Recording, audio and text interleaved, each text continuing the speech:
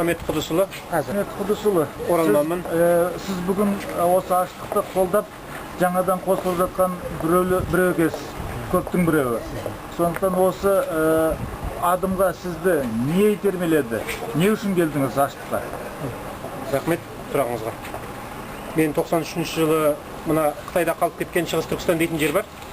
Содан отанымызға көшіп келгенбіз. Қазақ болайық, егемен болайық, ел болайық деп келдік. Бірақ өкінішті нәрсе алқымды әптен кернеп болды. Жолбарыстың апанынан шығып қасқырдың аузына түсу дейтін бір тәмсіл бар.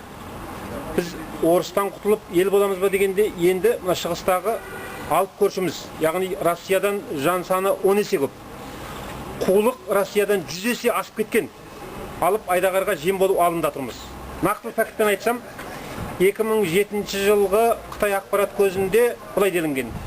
Қытайға көшіп барған оралман қазақтың саны 100 мыңға жетер-жетпес. Ал Қытайға барып азаматтық алған Қытай азаматы, яғни ханзу деп аталады, ол 300 мыңнан асып кетті қазір. Бұл енді үлкен қатерлі нәрсе. Ал енді 3 жылдан бері қанша болғандығы жөнінде интернетте ешқандай мәлімет жоқ. Егер осыған қызығатын адамдар болса келсін, мен сол адамға интернетте жарияланған нәрселерді нақтылы көрсетіп бере аламын. Бұл Қытай ақпарат. Қазақстанға келіп азаматтық алып орныққан адамның саны 300 мың. Ханзу, қазақ емес. Қазақтардың саны әрең 100 мыңға толмас.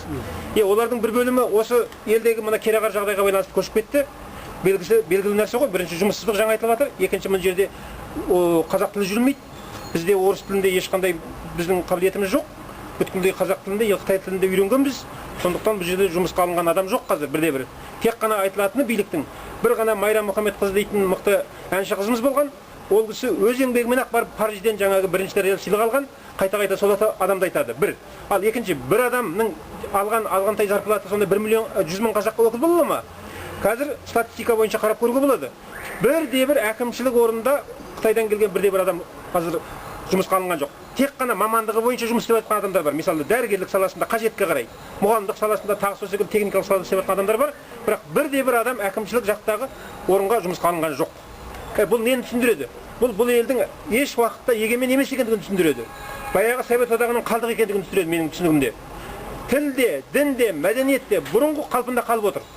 Соған байланысты мен мына өкіметтің де, президенттің де барлығын уже көңіліме толмайды. Бұлар демалу керек менің түсінігімде. Қазақтың ұлтшыл зиялы қауымы билікке келу керек, жастар билікке келу керек. Айтарым осы, айтатын әңгіме көп, енді бәрін бүгін айта алмаспыз. Рахмет сіздерге. Тағы бір сұрақ. Сол оралмандар енді бір қауым ел ғой. Солардың қанша ұйымдары бар? Солар сіздерді қолдай ма? Мысалы, Монғолиядан, Қытайдан келген қазақтардың ұлттық ойлау қабілеті өте жоғары деңгейде. Мына жергілікті қазақтар әбден жаңағы боданда болып, тапталып қалған санасы. Монғолиядан, Қытайдан келген қазақтар жаңағы басшылыққа барғанда ғана қазақ нағыз жаңағы егемендікке жетеді деген ойдамын. Сіз өзіңіз осыған қалай қарайсыз? Енді бұл сөзіңізге келісуге болар, бірақ дей тұрғанмен бұл жерде біз қазақты бөлмеуіміз керек менің түсінігімде. Зиялы қауымды, ақылды қауымды, көрген адамды, қолынан іс келетін адамды тек демократиялы сайламменен менше ұқпасына әкелу керек. Бұл жерде шетелден келген оралман деп, шетелде туылған деп шектелмеу керек. Қазақ қанды болса, егер ол жаңағы айтылған шарттарға лайықты келсе, ол адам менше кез келген жұмыс істеуге қақысы бар деп ойлаймын. Менің түсінігім осылай. Ал енді бұл жердегі нәрселер мынандай ғой. Біз бұрынғы Совет одағының кезінде бір жақтылы нәрсеге ғана үйреніп, соған дағдыланып қалған адамдармыз. Меніңше ол дағды анша дұрыс болған жоқ. Барлық әлем білетін нәрсе ғой. Социализм ошақтарының ешқандай дамыған бір керемет нәрсесі болған жоқ. Олардан дүние мойындатқан ешқандай ұлы саясаткерлер де шыққан жоқ шынын айтқан уақытта. Бұны нақтылап тұра айтып беруге болады, бірақ енді ол үлкен әңгіме. Айтайын дегенім мына нәрсе. Бізде 79 жылы Қытайда нарықтық экономика болғандағы ең көп айтылған сөз баспасөзде кілт басшылықта деген сөз. Ең көп айтылған екен статистика бойынша. Ең көп айтылған нәрсе кілт басшылықта. Ал басшылық оңалмай мемлекеттің оңалуы мүмкін емес. Мен сізге қарапайым ғана мысал айтуыма болады. 79 жылғы бір семьяның жалпы кірісі жыл соңында 250 юан, 4,5 мың теңге болған. 79 жылғы орташа кіріс. Қазір сол 5 мың доллардан асып кетті. Ол жерде аз халық емес қой. Миллиард 300 миллион халық бар, мысалы, қазір орташа кірісі 5 мың доллардан асып кетіп отыр. Мына 40 жылға жетпейтін уақытта. Ал мемлекеттік бюджет, жаңағы триллион долларлық екі мемлекет, Құрама Штат, Қытай, соның біреуі Қытай болып жатыр. Бұл неден? Бұл тек қана басшылықтың іскерлігінен, басшылықтың саясаткерлігінен, басшылықтың ұлтжандылығынан, отаншылдығынан келіп шыққан нәрсе. Ол мың жерден ол ұлтшыл болса дағы, оның білімі болмаса, мына заманға сәйкес экономиканы, қазіргі дипломатияны игерген білім болмаса, ол бәрібір өркендете алмайды мемлекетті. Бұны Фаң дейтін кісі мынандай айтқан, 11-ші құрылтайда Қытайдың. Коммунистік партия дегеніміз жиналған надан тобыр деген ол кісі. Бүткіл коммунистік партиялар надандар тобыры деген. Ал марксизм, ленинизм, ол идеясы деген ол чаппақ теория. Ол ешқандай практикадан өтпеген, ол утопия, жалған құр сөз. Сондықтан оның бәрін тастап, біз нарықтық экономиканың жаңа әдістеріне көшкенде ғана мемлекетті осы замандандырамыз деп айтып, сол бойынша істелінген. Соның нәтижесін қазір Қытай халқы көріп жатыр. Ал біз әлі көне сүрдекпен келе жатырмыз. Біз осыдан өзгеруіміз керек. Деректерге қарағанда соңғы 100 жылда Қытайдағы қазақтар 20 есе өскен. Ал мына отанда қалған қазақтар бұрынғы санына енді ғана жетіп жатыр. Осыны дейді себебі мынада жатыр деп ақсақалдардың айтуы бар. Қытайдағы қазақтар ата салт дәстүрін сақтап, жаңағы ел басқарудың рулық, жаңағы ауылға, атаға, руға топтану әсерінен ғана өзінің ұлттығын сақтап қалып, өсіп отыр деген бір сондай дәлелдер бар. Ал бізде керісінше болды.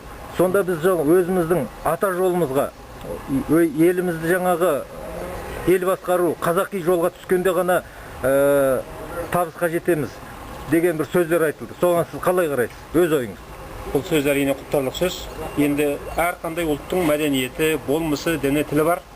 Біз соны дамытып, жаңа заманға сәйкестіріп алып барғанда ғана даму болады. Бұл барлық адамзаттың тарихында бар практика. Бұл дәлелденген де шындық, шын айтқан уақытта.